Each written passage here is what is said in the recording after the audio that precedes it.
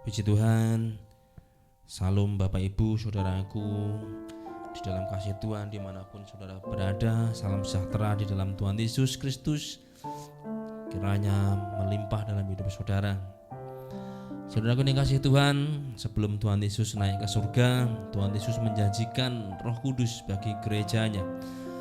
Tuhan menjanjikan penolong yang lain, Roh kebenaran. Kalau dikatakan penolong yang lain itu bukan berarti penolong yang berbeda dari Tuhan, yang lain dari Tuhan. Penolong yang lain di sini adalah sebenarnya Roh Tuhan sendiri.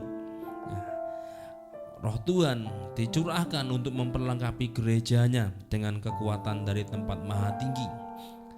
Saudara dikasih Tuhan, Rasul Paulus juga menyebut itu sebagai Roh Yesus Kristus. Berarti roh dan kekuatan yang bekerja di dalamnya juga adalah kekuatan yang bekerja dalam Kristus, yang juga bekerja dalam gereja Tuhan di akhir zaman ini. Kekuatan yang dikerjakan yang nyata dalam pelayanan Tuhan Yesus itu juga akan nyata dikerjakan dan nyata di dalam gereja Tuhan di akhir zaman ini. Jadi boleh dikata semua pelayanan yang dikerjakan itu ada dalam hikmat dan kuasa Roh Kudus. Jadi boleh kita garis bawahi ketika kita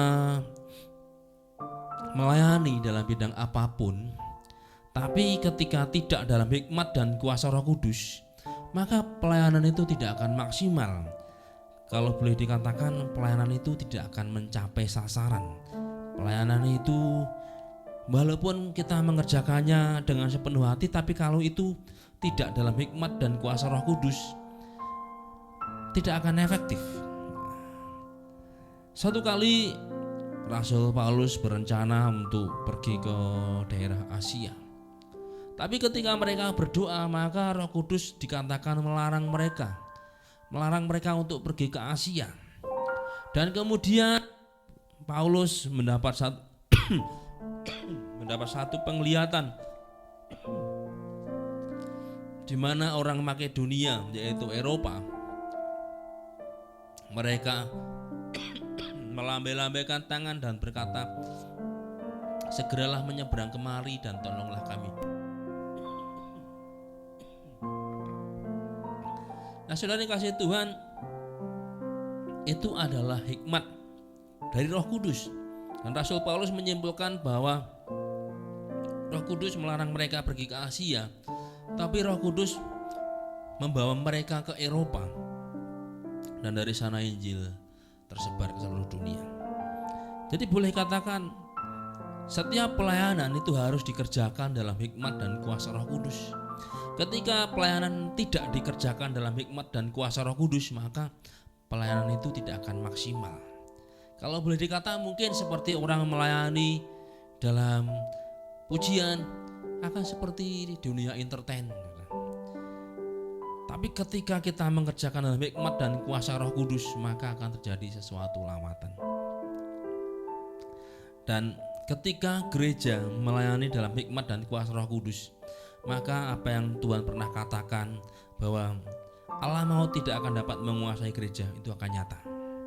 Karena gereja bekerja dalam kuasa dinamika Roh Kudus. Gereja akan memanifestasikan kuasa Roh Kudus. Kebangunan rohani akan terjadi, pemulihan akan terjadi, jiwa-jiwa akan diselamatkan. Ketika kita gereja Tuhan melayani dalam hikmat dan kuasa Roh Kudus, tidak ada satu kuasa apapun yang dapat menghalangi pekerjaan Tuhan dalam gereja. Maka apa yang dikatakan Nabi Yesaya, engkau akan mengembang ke kanan dan ke kiri, keturunanmu akan memperoleh bangsa-bangsa, itu akan terjadi. Karena tidak ada kuasa apapun yang dapat menghalangi Roh Kudus. Dan ketika gereja bertindak dalam hikmat dan kuasa Roh Kudus, maka akan ada penyertaan ilahi yang dahsyat, akan ada manifestasi kuasa yang dahsyat, sehingga tidak ada satupun benteng-benteng yang dibangun manusia untuk menentang pengenalan akan Allah akan dirobohkan, akan diruntuhkan. Sehingga di situ kita dapat menjadi saksi sampai ke ujung bumi, menjadikan semua bangsa murid. Karena Roh Kudus bekerja dalam kuasa yang tanpa batas untuk membuktikan bahwa Yesus itu adalah Tuhan. Nah, saudara yang kasih Tuhan, itulah yang menjadi action gereja, action kita orang-orang percaya di akhir zaman ini. Jadi sebenarnya tidak ada istilah kaum awam, tidak ada istilah orang awam dalam gereja, tapi semua adalah saksi, semua adalah alat, semua adalah anggota tubuh Kristus yang berfungsi, yang bekerja, yang bertindak dalam hikmat dan kuasa Roh Kudus, diatur oleh kepala, yaitu Kristus sendiri. Saudara yang kasih Tuhan, Roh Kudus juga bekerja ke dalam hidup kita. Dia mengurapi dan memenuhi kita dengan urapannya untuk mengubah kita. Harus kita ingat bahwa karunia tanpa karakter itu tidak lengkap. Menceritakan tentang Tuhan Yesus dengan penuh kuasa itu baik, tapi orang juga akan melihat perilaku orang itu, karakter orang itu. Kalau hidupnya tidak benar, kalau hidupnya tidak kudus, kesaksian itu bisa kurang efektif. Karena apa? Karena tidak ada bukti tentang karakter Kristus dalam diri orang itu. Ketika kita berkata tentang kasih, tapi kalau kita tidak hidup dalam kasih, orang akan berkata, mana buktinya? Sedangkan kamu sendiri ngomong kasih, kamu gak hidup dalam kasih. Kita berkata tentang Kristus, tapi kalau Kristus tidak ditemukan dalam hidup kita, orang akan berkata, bagaimana mungkin kamu berkata tentang Kristus, tapi kalau kamu tidak hidup di dalam Kristus? Kesaksiannya menjadi tidak efektif karena tidak ada bukti tentang Kristus di dalam diri orang itu. Nah, disinilah Roh Kudus juga bekerja. Roh Kudus juga berkarya dalam diri gereja, dalam hidup orang percaya untuk mengubah gereja Tuhan, yaitu kita. Karena Tuhan mau bahwa gereja harus mencerminkan Kristus, gereja harus menjadi imitasi Kristus, gereja harus menjadi representasi kerajaan Kristus, gereja harus menjadi refleksi dari Kristus itu sendiri, supaya melalui gereja, melalui kita, orang akan melihat dan menemukan Kristus. Maka disinilah Roh Kudus bekerja menguduskan gereja agar hidupnya menjadi seperti Kristus. Artinya Roh Kudus akan memproses gereja, yaitu saudara dan saya, diproses agar hidup kita bertumbuh ke arah Kristus yang adalah kepala, sehingga kita akan diproses menjadi seperti Kristus juga. Nah, disinilah yang harus kita garis bawahi, bahwa ketika Roh Kudus memproses kita supaya kita menjadi seperti Kristus, kita sendiri juga harus hidup dalam penundukan diri. Kita harus hidup rela dan siap dipimpin Roh dalam penurutan dan penundukan. Nah, disitulah kuasa dan karakter akan bersama-sama muncul untuk bekerja, berkarya dalam hikmat dan kuasa Roh Kudus. Nah, di sini kita akan melihat bagaimana Roh Kudus itu bekerja mengubah kita menjadi manusia rohani. Saya ajak membuka Alkitab kita dalam kitab 1 Samuel pasal 10 ayat yang ke-6. 1 Samuel pasal 10 ayat ke-6. Saya akan bacakan firman Tuhan demikian di dalam kitab 1 Samuel pasal yang ke-10 ayat yang ke-6. Firman Tuhan berkata demikian, maka Roh Tuhan akan berkuasa atasmu, engkau akan kepenuhan bersama-sama dengan mereka dan berubah menjadi manusia lain. Saudara kasih Tuhan, dikatakan Roh Tuhan berkuasa atasmu, engkau kepenuhan dan berubah menjadi manusia lain. Ada satu dikatakan di sini, perubahan menjadi manusia lain. Kalau saudara pernah melihat film Transformer, perubahan terjadi ketika mobil atau truk di situ sedang berjalan, tahu-tahu bisa berdiri dan menjadi sebuah robot, ya mungkin namanya Megatron atau sebagainya. Nah, Transformer diubah ketika kita dikuasai Roh Kudus. Ketika kita dipenuhi Roh Kudus, maka kita ditransformasikan Tuhan menjadi manusia yang lain. Nah, manusia yang lain di sini tentu bukan berarti kemudian manusia yang aneh-aneh, manusia yang seperti alien gitu, itu bukan. Nah, nanti kita akan lihat tentang manusia lain itu. Nah, Alkitab mengatakan Roh Tuhan berkuasa atasmu. Supaya kita menjadi manusia lain, maka pertama di sini dikatakan Roh Tuhan itu harus berkuasa atas kita. Mari kita lihat lebih dulu latar belakang perkataan ini. Saudara yang kasih Tuhan, perkataan ini adalah perkataan Nabi Samuel pada Saul. Samuel berkata, Roh Tuhan akan berkuasa atasmu. Saudara yang kasih Tuhan, ada orang berkata bahwa Roh Tuhan itu hanya bekerja pada masa para rasul. Pada zaman perjanjian lama itu pekerjaan Allah Bapa, Allah. Pada zaman Tuhan Yesus itu pekerjaannya Tuhan Yesus, Allah Putra. Dan pada zaman Kisah Rasul sampai hari ini itu pekerjaan Roh Kudus. Tapi ada juga yang mengatakan bahwa pekerjaan Roh Kudus itu hanya pada masa Kisah para Rasul. Kalau zaman sekarang ini zaman teknologi, maka pelayanan harus berbasis teknologi. Tapi saya pikir itu pendapat yang keliru. Sebab Roh Tuhan bekerja sepanjang zaman. Bahkan sebelum sejarah manusia ada, Roh Tuhan sudah bekerja. Kejadian 1 menulis bahwa Roh Allah melayang-layang di atas permukaan air. Dalam hal ini Roh Tuhan ikut bekerja dalam penciptaan. Kalau ada orang mengatakan ini basicnya ini pelayanan berbasis teknologi, sehingga maka gereja-gereja tertentu gencar mereka melayani dengan berbasis teknologi, internet, YouTube dan sebagainya. Saudara, tidak salah. Karena kemajuan zaman, maka industri perdagangan juga berbasis teknologi. Kita pengen makan sesuatu, sekarang tidak harus pergi ke tempatnya di mana makanan itu didasarkan. Tapi kita cukup buka handphone dan kemudian kita sentuh satu jenis makanan tertentu, nanti kemudian akan dikirim dan kita membayar dari rumah kita. Atau kalau mungkin kita sudah punya saldo di satu aplikasi tertentu tersebut, maka kita hanya tunggu di rumah dan kemudian makanan itu akan sampai, kita tinggal makan. Teknologi mempermudah. Dalam pelayanan juga kita menggunakan teknologi mempermudah untuk pelayanan supaya dapat diakses di seluruh dunia.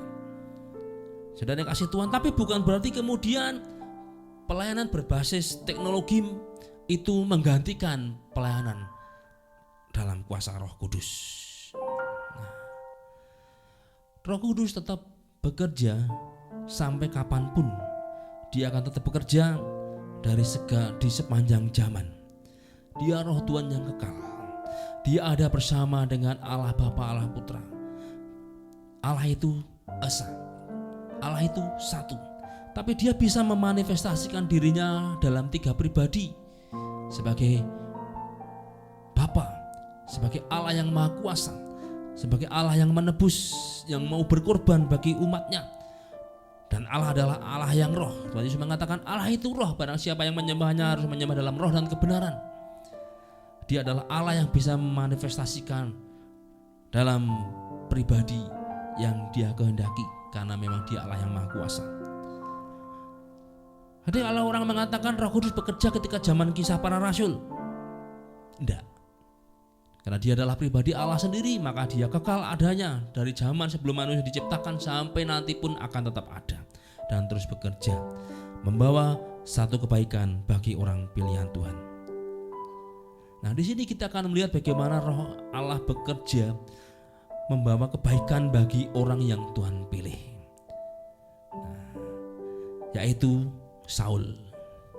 Saudara yang kasih Tuhan, Saul, ada yang mengatakan arti nama Saul itu kecil. Tapi sebenarnya kalau kita perhatikan, Saul itu kan Dia punya perawakan yang tinggi. Di antara orang Israel perawakannya lebih tinggi daripada yang lain. Tapi ada satu arti nama Saul, yaitu desire, hasrat atau keinginan atau gairah yang kuat. Apa yang dapat kita pelajari dari nama Saul dan pengurapan ini? Saudara yang kasih Tuhan, hidup kita harus punya hasrat, harus punya passion, harus punya gairah yang kuat untuk menginginkan hidup kita dipakai oleh Tuhan. Kalau kita rindu diberi karunia Roh Kudus, tapi satu sisi kita tidak ada hasrat untuk ikut dan melayani Tuhan, maka saudara yang kasih Tuhan, kita bisa tidak mendapat apa yang kita rindukan. Kita menginginkan karunia, sementara karunia itu Tuhan berikan untuk memperlengkapi gereja, untuk melayani. Lah kalau kita pengen karunia tapi kita tidak rindu, tidak punya passion dalam pelayanan, ya buat apa? Karena karunia Roh Kudus itu diberikan untuk melayani. Nah kalau kita nggak punya hasrat, nggak punya passion, nggak punya gairah dalam melayani, lalu apa untungnya atau apa gunanya karunia itu kalau kita tidak melayani? Sebab karunia itu diberikan supaya kita dapat melayani dengan baik. Tapi kalau kita punya passion, kita punya hasrat, kita bergairah dalam melayani Tuhan, Tuhan bisa mengurapi kita dengan Roh Kudus-Nya. Maka kalau kita ingin diurapi, dipenuhi Roh Kudus, kita bangun hasrat untuk bertumbuh dalam Tuhan dan melayani Dia. Kita harus punya hasrat, punya gairah untuk hidup serupa dengan Kristus, melayani Dia dalam hidup kita. Karena Tuhan sendiri juga mau kita dikuasai Roh Kudus agar kita dapat menjadi alatnya, menjadi alat yang benar dalam kekudusan. Di sini dikatakan Tuhan berkuasa. Orang yang punya hasrat, punya gairah, punya passion untuk serupa dengan Kristus dan melayani, maka Tuhan itu akan dikatakan Roh Kudus akan berkuasa atas orang itu. Saudara, berkuasa di sini bukan sekedar berkuasa saja. Kata berkuasa itu dalam bahasa aslinya ditulis dengan kata salak. Arti salak, arti pertama memang berkuasa, menguasai, mengendalikan. Tapi juga salak ini punya arti to make progress, membuat satu pertumbuhan. Tuhan ingin kita dikuasai Roh Kudus supaya Roh Kudus itu mendorong orang percaya agar ia mengalami pertumbuhan rohani. Saudara, Tuhan tidak mau kita ini stagnan. Tuhan tidak mau kita ini bonsai, cebol. Nah, kalau satu tanaman dia dibuat bonsai, itu bagus, itu indah dan harganya mahal. Itu seni. Tapi kalau hidup rohani kita ini bonsai, ya Tuhan gak suka. Tuhan mau kita terus mengalami pertumbuhan rohani tanpa batas.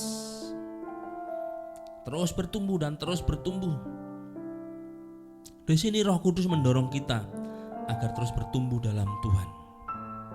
Baik melalui doa, penyembahan, pujian, keintiman.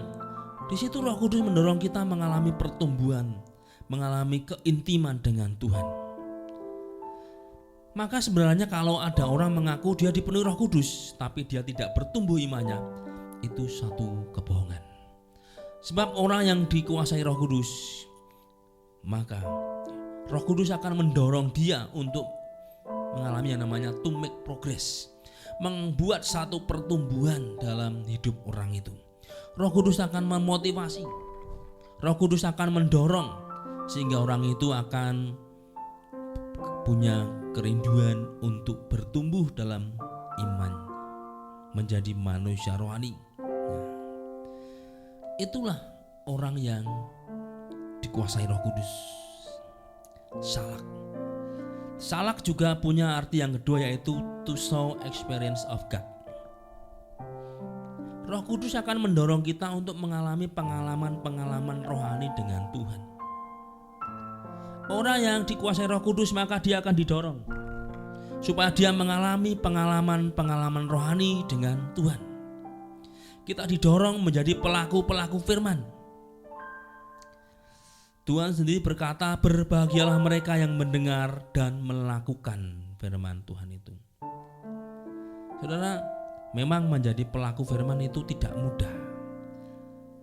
Tapi disinilah Roh Kudus bekerja, Roh Kudus berkarya agar kita dimampukan menjadi pelaku-pelaku firman.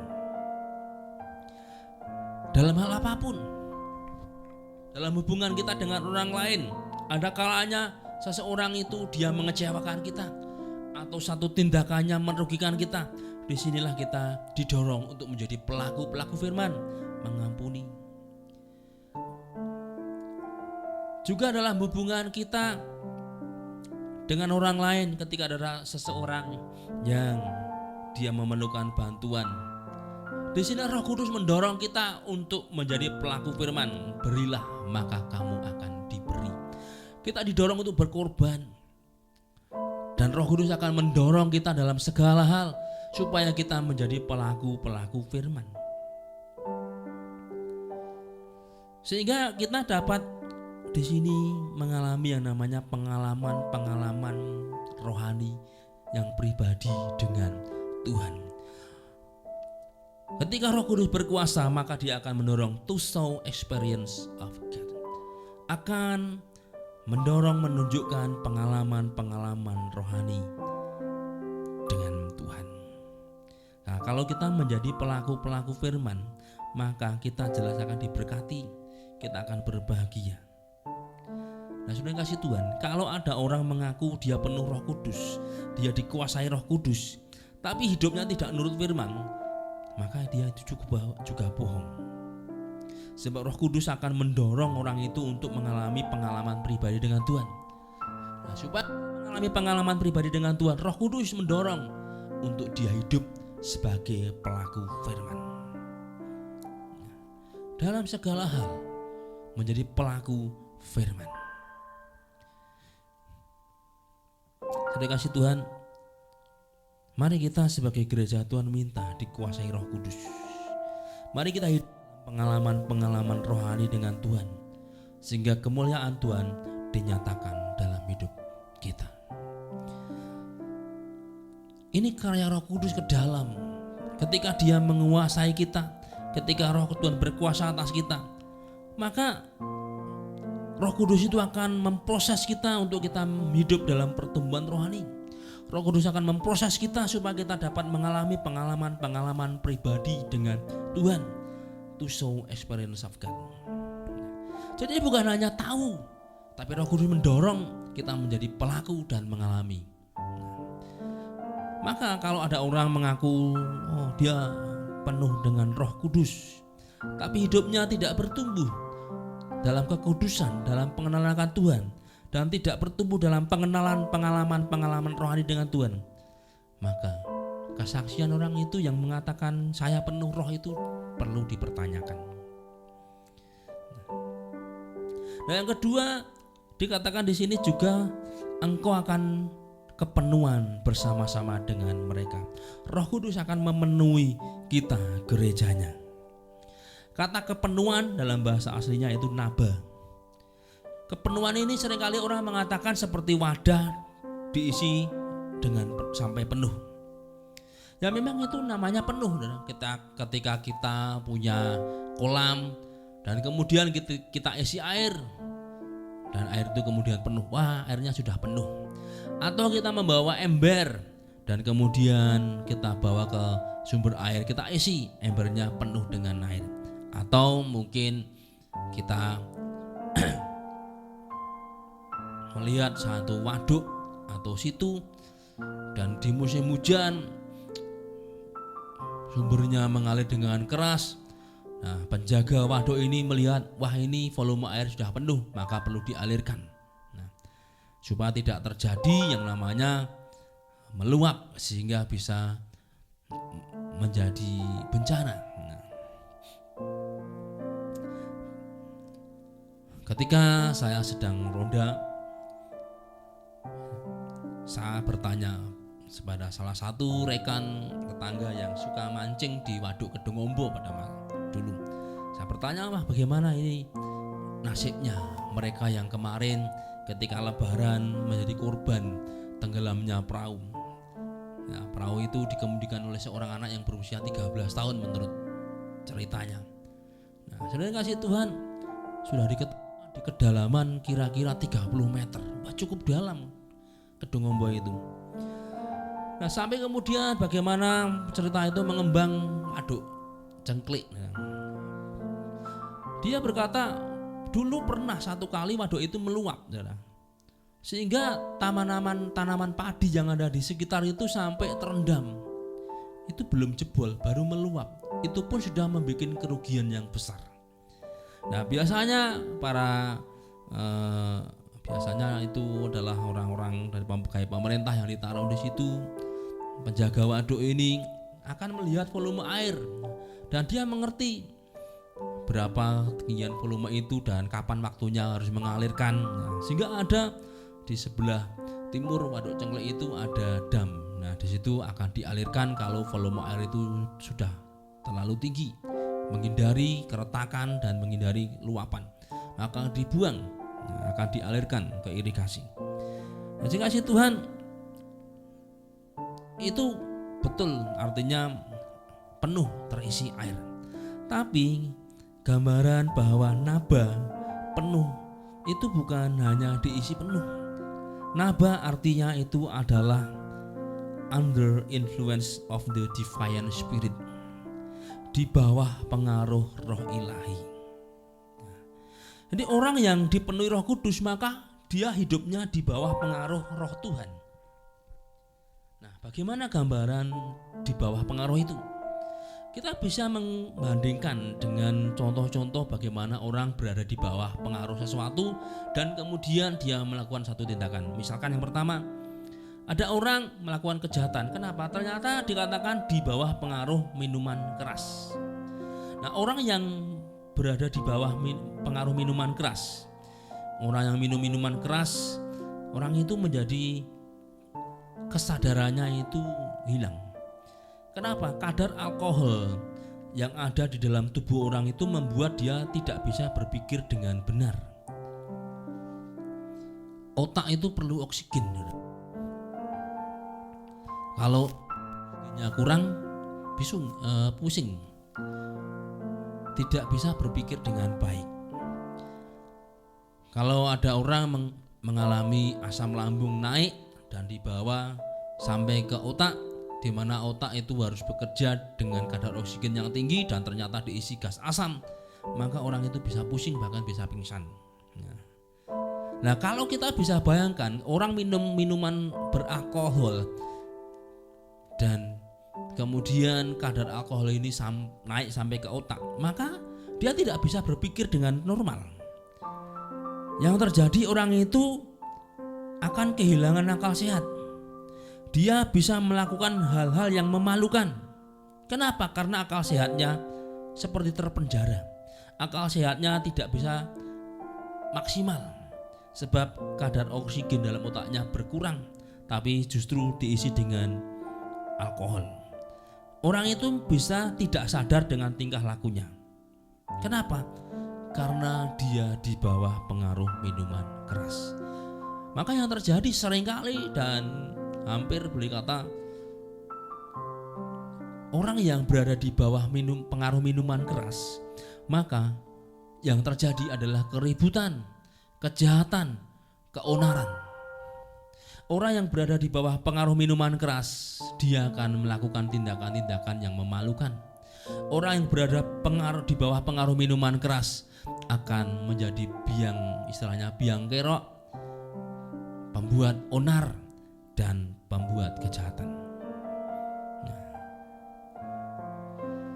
contoh yang kedua yang namanya di bawah pengaruh itu adalah orang yang kerasukan. Orang yang kerasukan karena berada di bawah pengaruh roh jahat, maka dia akan melakukan hal-hal yang tidak benar, hal-hal yang aneh-aneh. Inilah gambaran manusia aneh yang karena kerasukan. Bukan hanya kerasukan roh yang ada di satu tempat atau roh teritorial, Ada orang karena dia menebang pohon, kemudian orang itu menjadi kerasukan. Nah, ketika ada satu tokoh agama tertentu yang dipanggil, atau tokoh ya pokoknya istilahnya paranormal gitu ya, maka diberilah sajen tertentu di pohon itu. Orang ini dia katakan minta maaf, mengatasnamakan orang yang kerasukan itu, dan orang itu kemudian di bahasanya Jawa itu diupokoro dengan caranya dia supaya kembali normal. Memang saya itu normal gitu, tapi setelah beberapa lama ya nyeleneh lagi gitu. Kenapa? Karena dia berada di bawah pengaruh roh tertentu yang mendiami benda tertentu, entah itu pohon, entah itu batu, atau mungkin kawasan tertentu. Contoh legion itu dia di bawah pengaruh roh teritorial yang ada di situ. Sehingga ketika legion ini dia dirantai, maka rantai itu diputuskan dengan mudah. Dia pergi kemana-mana sambil berteriak-teriak, dan dia tinggal di kuburan, tidak memakai baju, tidak memakai celana, telanjang.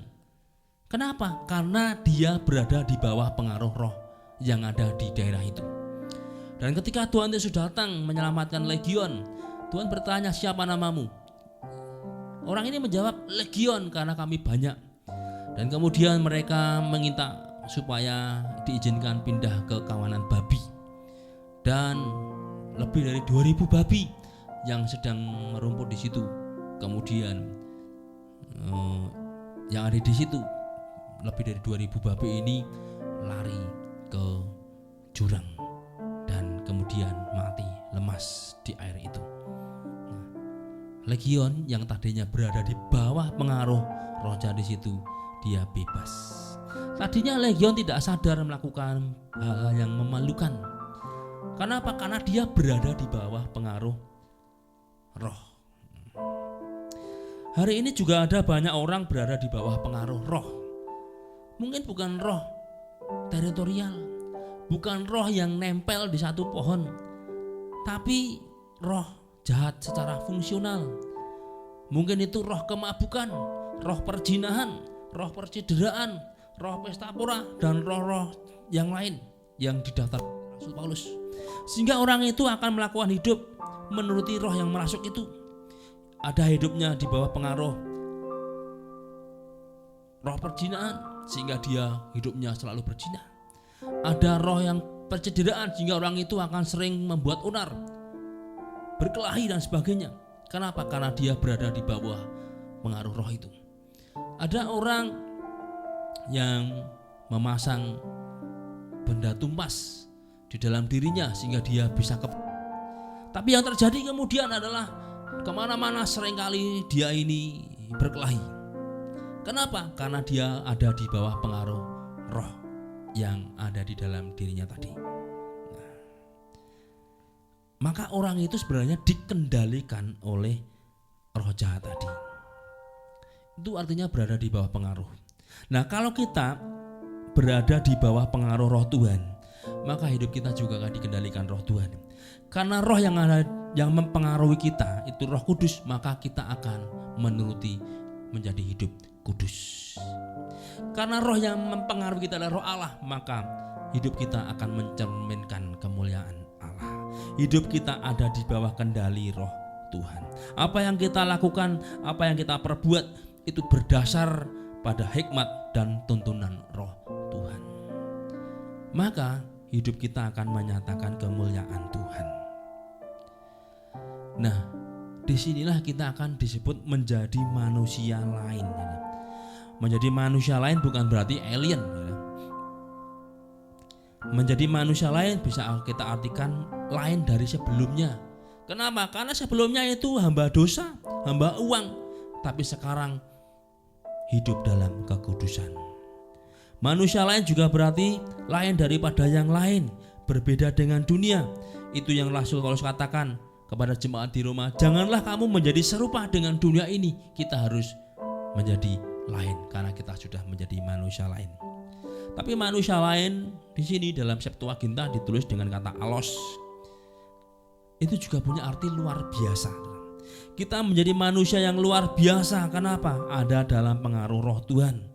Kita dipenuhi, dikuasai Roh Tuhan, sehingga melalui hidup kita perkara-perkara yang luar biasa itu akan muncul, akan terjadi untuk membuktikan bahwa Yesus adalah Tuhan. Maka mari kita selalu minta kita hidup dalam pengaruh Roh Tuhan, supaya kita akan mencerminkan kemuliaan Tuhan. Kita akan terus bertumbuh, progres. Kita akan dibawa dalam pengalaman-pengalaman rohani dengan Tuhan. Karena kita berada di bawah pengaruh Roh Tuhan, maka kita akan menyatakan kemuliaan Tuhan. Mari kita bangun hasrat, passion, desire, keinginan yang kuat untuk kita dipakai Tuhan menjadi alat kemuliaannya. Nah, puji Tuhan bila firman ini menjadi berkat bagi setiap kita. Tuhan Yesus memberkati.